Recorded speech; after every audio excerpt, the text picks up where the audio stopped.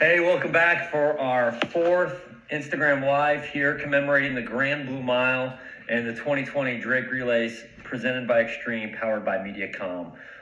Really looking forward to this next conversation. We've had terrific conversations already today with legends of the sport and really household names here in Des Moines. Brenda Martinez kicked it off with a fun conversation. Then we really got personal with Clayton Murphy, and then we had a really great chat with a local legend and really one of the best milers in American history, Leo Manzano.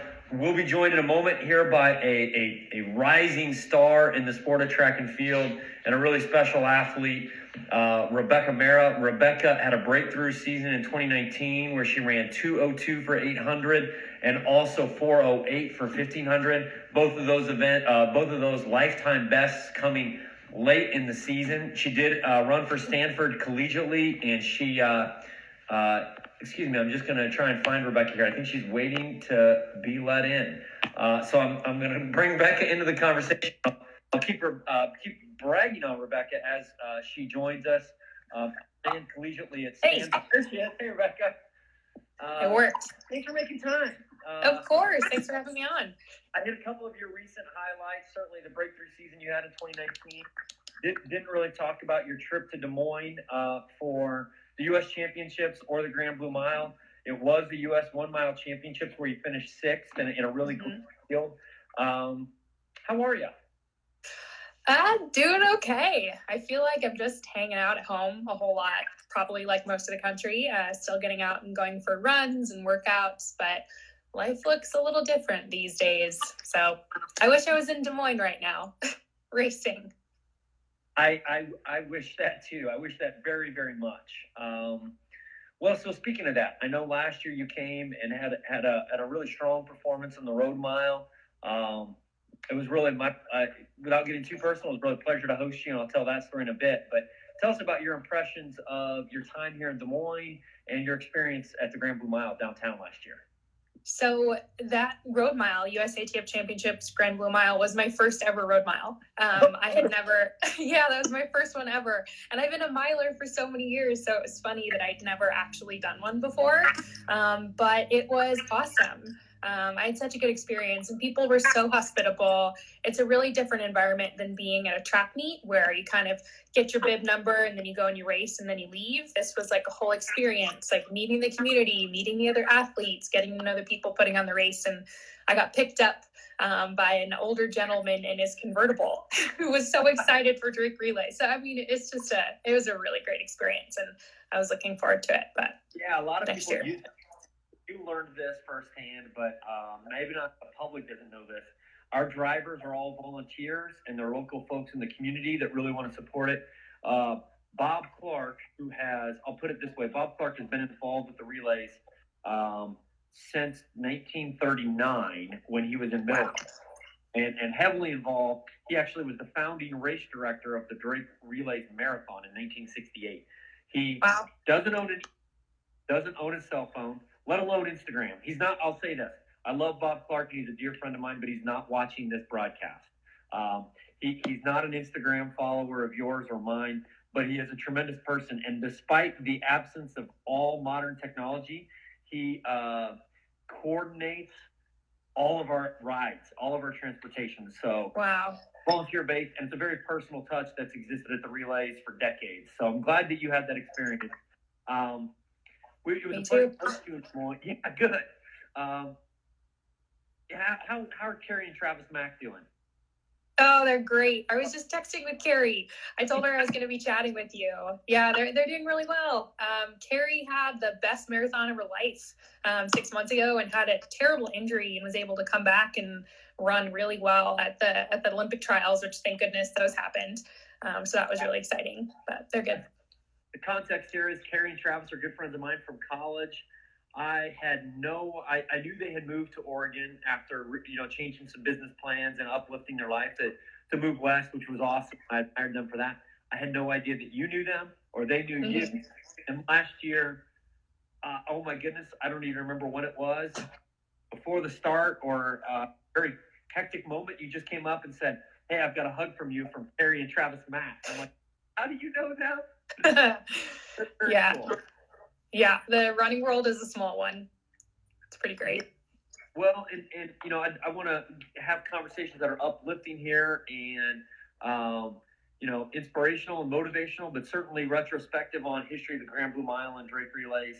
Over the last month, maybe 5 weeks or 6 weeks, you have really, certainly for my, I'm speaking personally, but I'm also speaking kind of on behalf of the country. They really were touched by some things that you experienced, and then you did a wonderful job presenting that story in national media and bringing it to life in a very human way, very separate from your running career, and not speaking as an athlete but just being a human. So, how much of that would you be willing to share with us? Just briefly.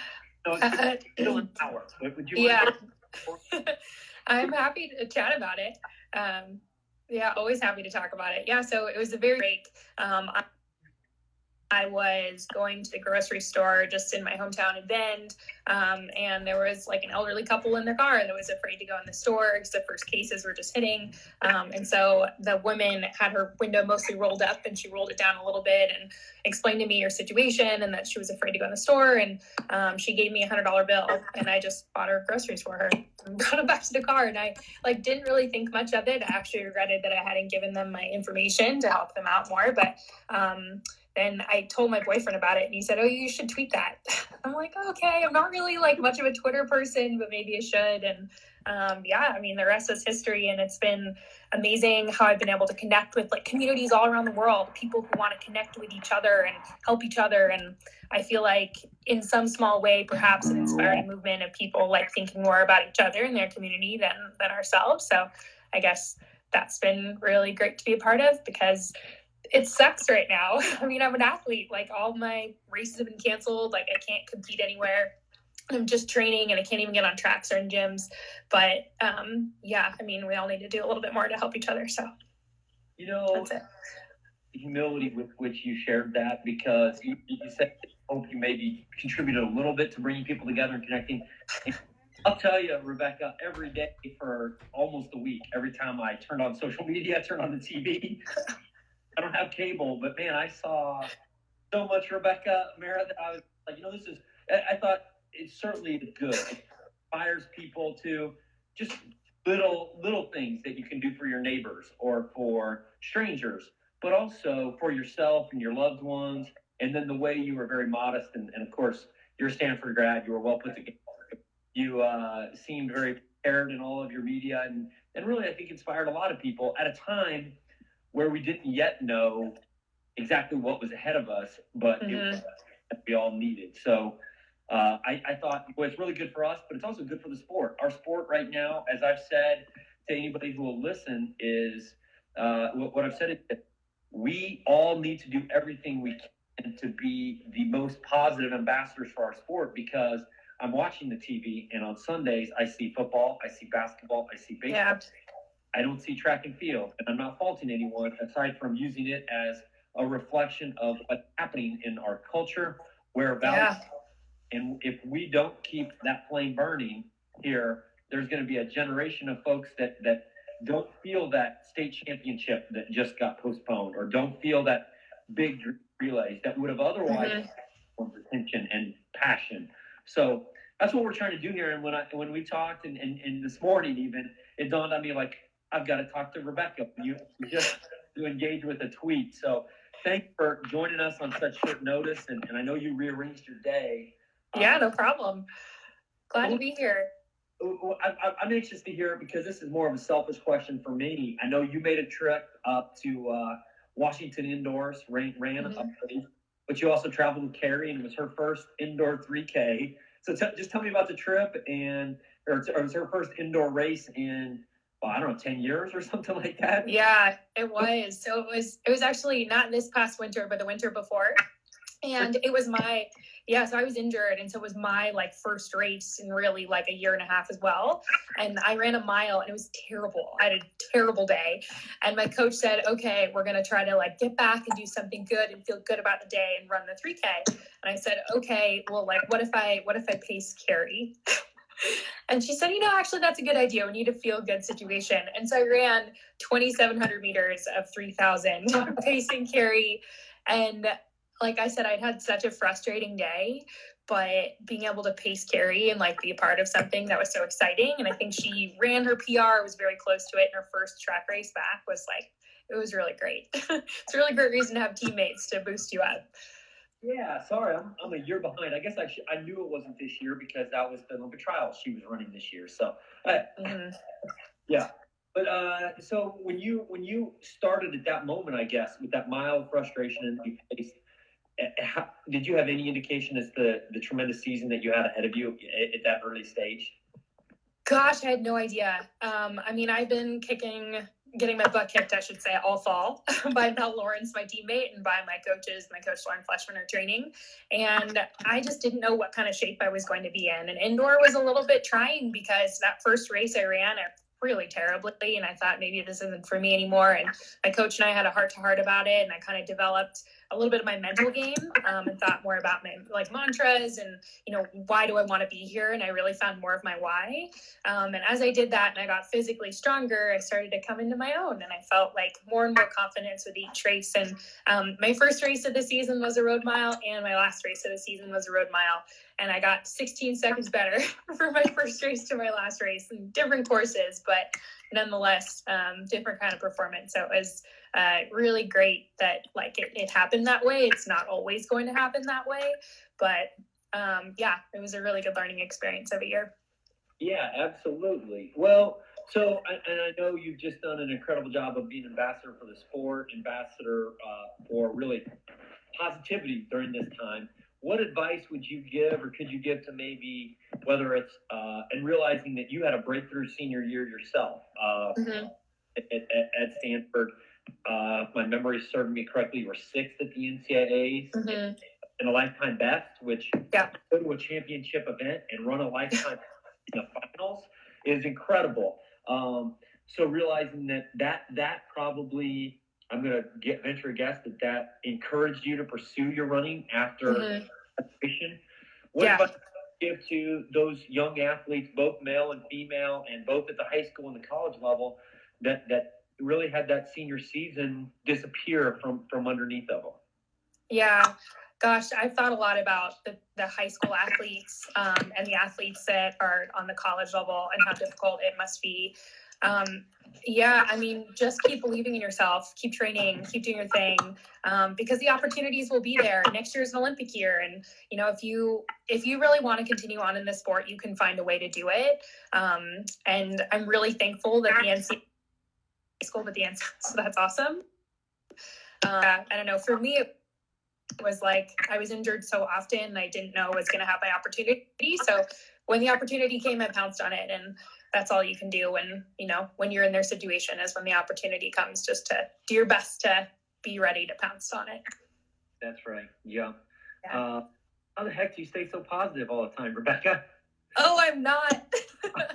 I do lose it sometimes. I mean, and my teammates and my coach and all that, they see it. I've been super frustrated. I mean, I was at training camp like weeks before, just after I think either right before or right after, I think the Olympics were postponed and the trials were postponed.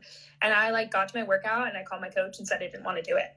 Like, it just wasn't a day where I felt like I could crush myself. And a couple of times I've had that same version of a conversation with myself, but I still am excited about goals I have, even though they've been delayed, they're still exciting. I still want to run an Olympic standard, even if I can't run one this year, still want to run as well as I can. So only young once, only get to do this for a little bit of time. So I'm going to make the most of it.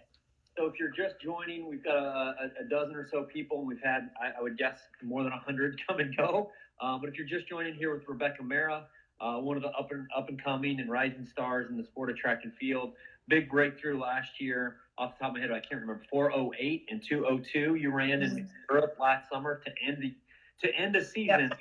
Yep. Early in the season, not knowing if you'd make it that far in the year. An incredible testament to your potential in the sport. So if anybody has a question, certainly feel free to throw them out there in the chat. But as we wind up here, I promise you maybe no more than 15 minutes. I know you're studying and have a lot of other obligations and have been very flexible and generous with your time. But is there any other Not at all.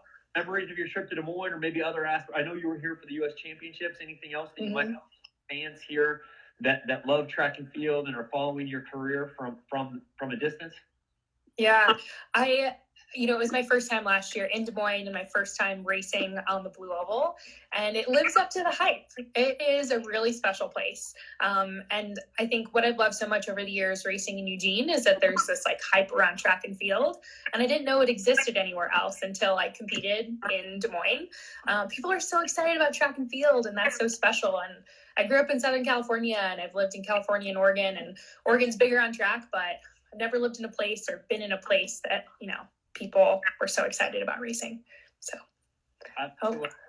we love track and field in Des Moines, and we love the athletes that reciprocate that love. As I mentioned earlier today, we spoke with Brenda Martinez, who she and Carlos, I'm not joking. Every time they're here, they joke. And I think every time they visit, the joke becomes a little bit more serious about maybe moving to Des Moines. So really? Yeah. I mean, she's a California girl. She'll be in California, but we talked about that. And Leo, I'll tell you, one time Leo came and he stayed for 10 days because he ran the Grand Blue Mile. And he's, and actually one person in the conversation, one of the live chat comments with Leo was, "You're Des Moines' adopted son," and this wonderful. And then that's awesome. Turkey, very similar. Clayton had some of his biggest breakthroughs as a collegiate in an Akron jersey where he won the professional 800, and then went on games. And I'm hopeful that Des Moines will play that same role in your career at some stage. That'll be It already has. I made a U.S. final in an 800 in my first year running an 800 in Des Moines. So that will always stick with me. And you ran your first U.S. Road Mile Championships in Des Moines. I did, my first ever road mile. I mean, I can't forget it.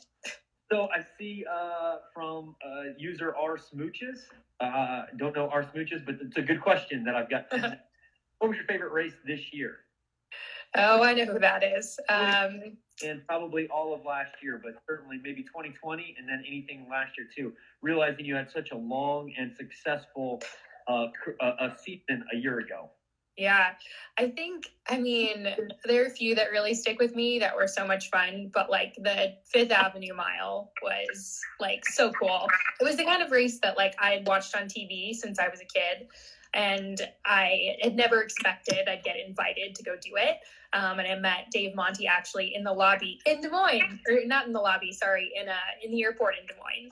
And he invited me to the race. And it was like such a special way to end the year, and a really cool opportunity. And my friend Daniel, who's our Smooches, was there. But yeah, that was really special. And the kind of environment that was there was crazy. There's so many people.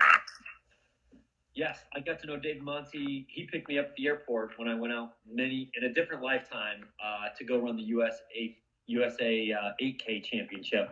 And he's the kind of guy you meet David Monti once and you're friends for life. I always enjoy bumping into him, whether it's in New York or in Des Moines when we have a major meet.